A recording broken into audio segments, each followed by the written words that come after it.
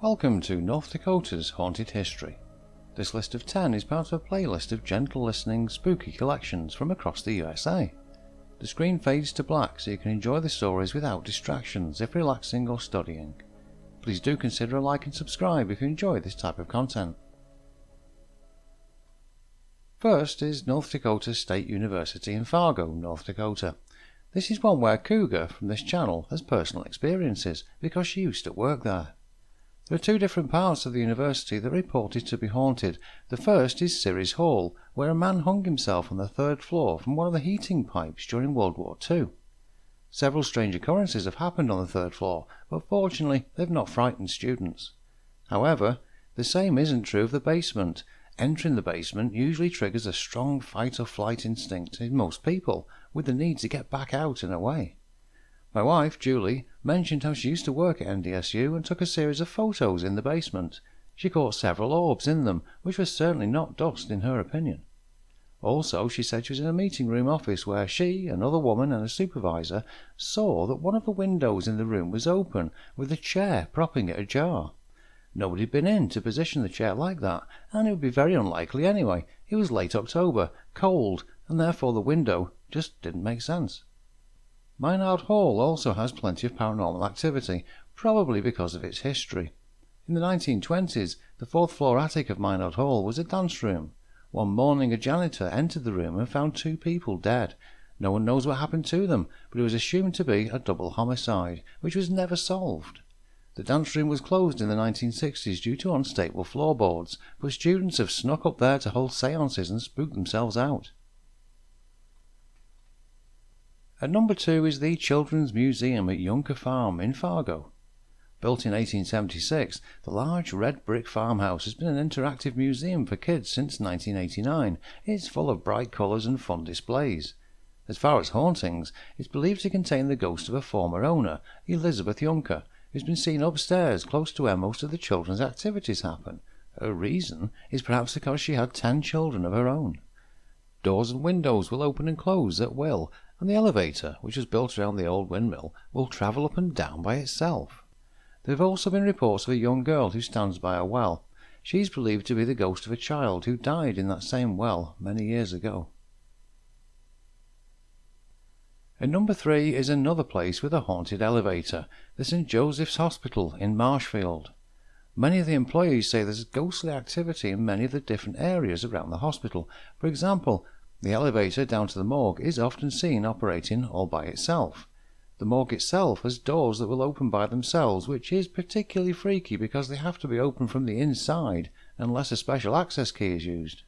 Disembodied voices are fairly common in the cafeteria, and running footsteps can be heard in the basement. One of the rooms on the third floor of St. Joseph's seems to have a ghostly patient still in there because the nurse's call button is often pressed and there is, of course, nobody in that room. Fourth on our list is the Liberty Memorial Building in Bismarck, North Dakota, which was built in 1924. A bit of an interesting case because the ghost may have moved on when staffing changed. It's said that this typical federal style of building was once haunted by a man known as the Stack Monster. However, there have been no reports of his presence since 1981, and that was when the Historical Society moved out of the building to a new heritage centre.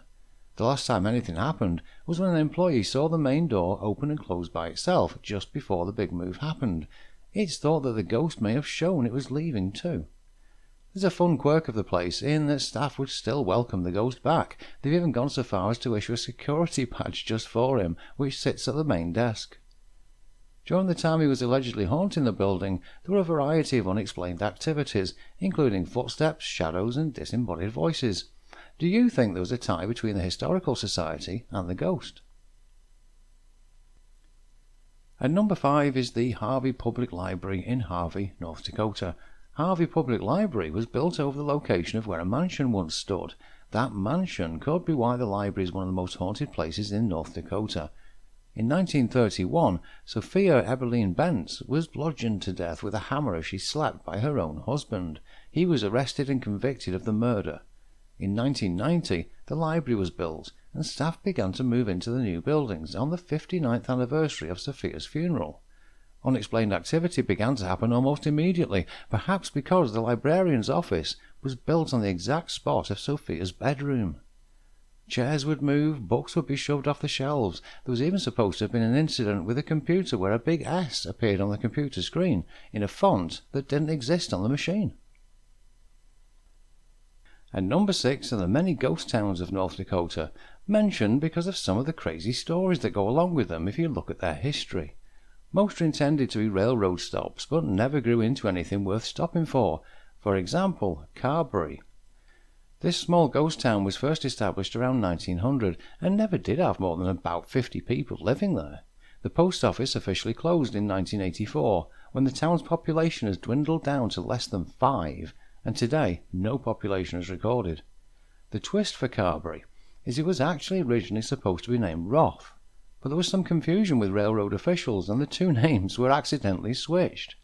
The mistake was never corrected, right the way through its existence and out the other end as it turns to dust. At spot number 7 is the Sanhaven Sanatorium in Dunseith, North Dakota.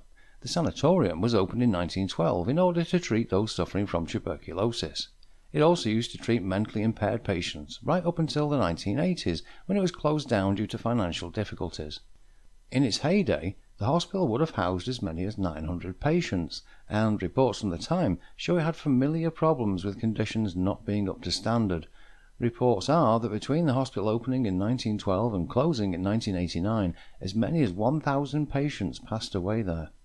Also, in 2001, a 17-year-old boy apparently fell to his death while exploring the abandoned property.